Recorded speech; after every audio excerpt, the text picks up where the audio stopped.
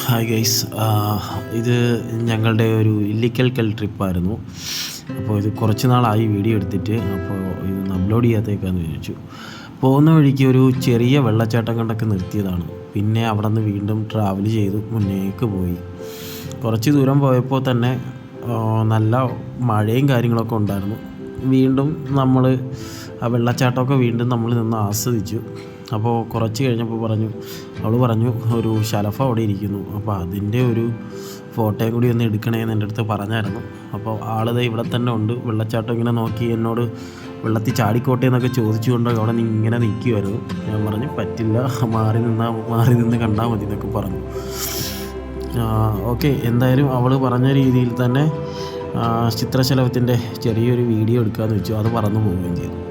പിന്നെയും വെള്ളത്തിൻ്റെ ഭംഗി ആസ്വദിച്ചുകൊണ്ട് ഞാനും അവളും കൂടി അവിടെ തന്നെ നിന്നു. നല്ല രസമുണ്ടായിരുന്നു കേട്ടോ. ഇത് നമ്മൾ വീഡിയോയിൽ കാണുന്ന പോലെയല്ല, ജസ്റ്റ് ലൈവായിട്ട് കാണുമ്പോൾ നല്ല രസമുണ്ട്. പിന്നെ തൊട്ടടുത്ത് കുറച്ച് മുന്നോട്ട് പോകുമ്പോൾ ഇങ്ങനെ ഒരു നല്ലൊരു സീനറി ഉണ്ട്. ഇതും ഞാൻ പറഞ്ഞ പോലെ തന്നെ നമുക്ക് ഡയറക്റ്റ് പോയി നിന്ന് കാണാൻ പറ്റുമ്പോൾ ആ ഒരു എഫക്റ്റ് എന്ന് പറഞ്ഞാൽ നല്ല രസമുണ്ട്, നല്ല ഭംഗിയാണ്. ഇത് മഴ പെയ്തതിന് ശേഷമുള്ള വ്യൂ ആണ് കേട്ടോ. പിന്നെ ഞങ്ങൾ വീണ്ടും യാത്ര തുടർന്നു. വീണ്ടും ഞങ്ങളിങ്ങനെ ഒരു ഓഫ് റോഡല്ല, ഒരു 4x4 ജീപ്പിലായിരുന്നു അടുത്ത യാത്ര പൊയ്ക്കൊണ്ടിരുന്നത്. അപ്പോൾ യാത്ര ഇങ്ങനെ പൊയ്ക്കൊണ്ടിരിക്കണം. അത്യാവശ്യം ആൾക്കാർ ഈ വണ്ടിക്കകത്ത് തന്നെ ഉണ്ട്. മുകളിൽ നല്ല തിരക്കുണ്ടായിരുന്നു. നമ്മൾ വിചാരിച്ച് നമ്മൾ മാത്രമേ കാണുള്ളൂ എന്നൊക്കെ പറഞ്ഞാണ് പോയത്. പക്ഷേ അവിടെ നല്ല തിരക്കായിരുന്നു.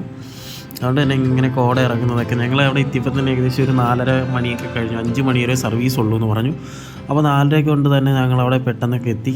അപ്പോൾ ആ സമയമൊക്കെ ആയപ്പോൾ നല്ല കോട ഇറങ്ങുന്നുണ്ടായിരുന്നു. കുറച്ച് ദൂരമൊക്കെ നടക്കണമെന്ന് പറഞ്ഞു.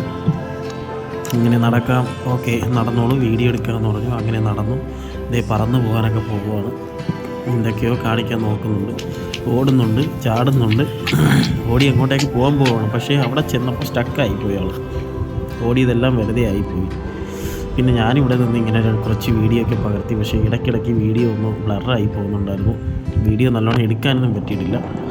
ഉള്ള രീതിയിലൊക്കെ നമ്മൾ തണുത്ത കിടിവേക്ക് നിന്ന് വീഡിയോ ഒക്കെ എടുത്തു. നല്ല കോട ഉണ്ടായിരുന്നു കേട്ടോ. ഈ വീഡിയോയിൽ നിങ്ങൾക്ക് എത്രമാത്രം കാണാൻ പറ്റുന്നുണ്ടെന്ന് എനിക്കറിയില്ല. നല്ല കോട ഉണ്ടായിരുന്നു. കോട ഉള്ളത് കൊണ്ട് തന്നെ ഇല്ലിക്കൽ കല്ല് കാണാൻ വേണ്ടി അവിടെ അരമണിക്കൂർ നോക്കി ഇല്ലിക്കൽ കല്ല് കാണാൻ വേണ്ടി അരമണിക്കൂറോളം അവിടെ നിൽക്കേണ്ടി വന്നു.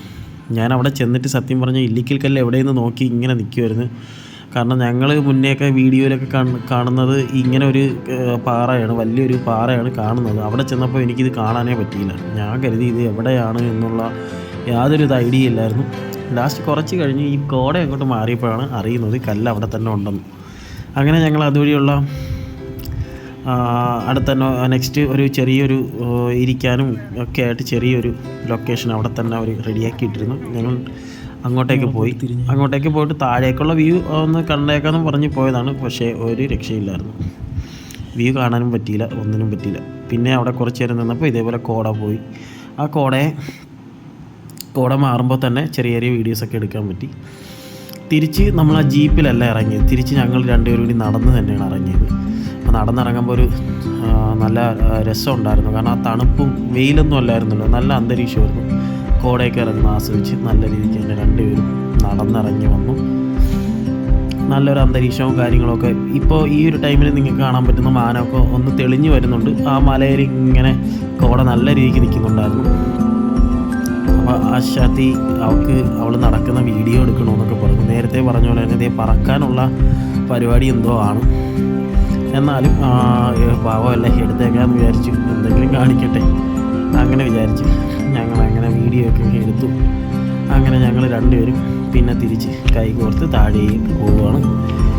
അപ്പോൾ എന്തായാലും നല്ലൊരു യാത്രയായിരുന്നു.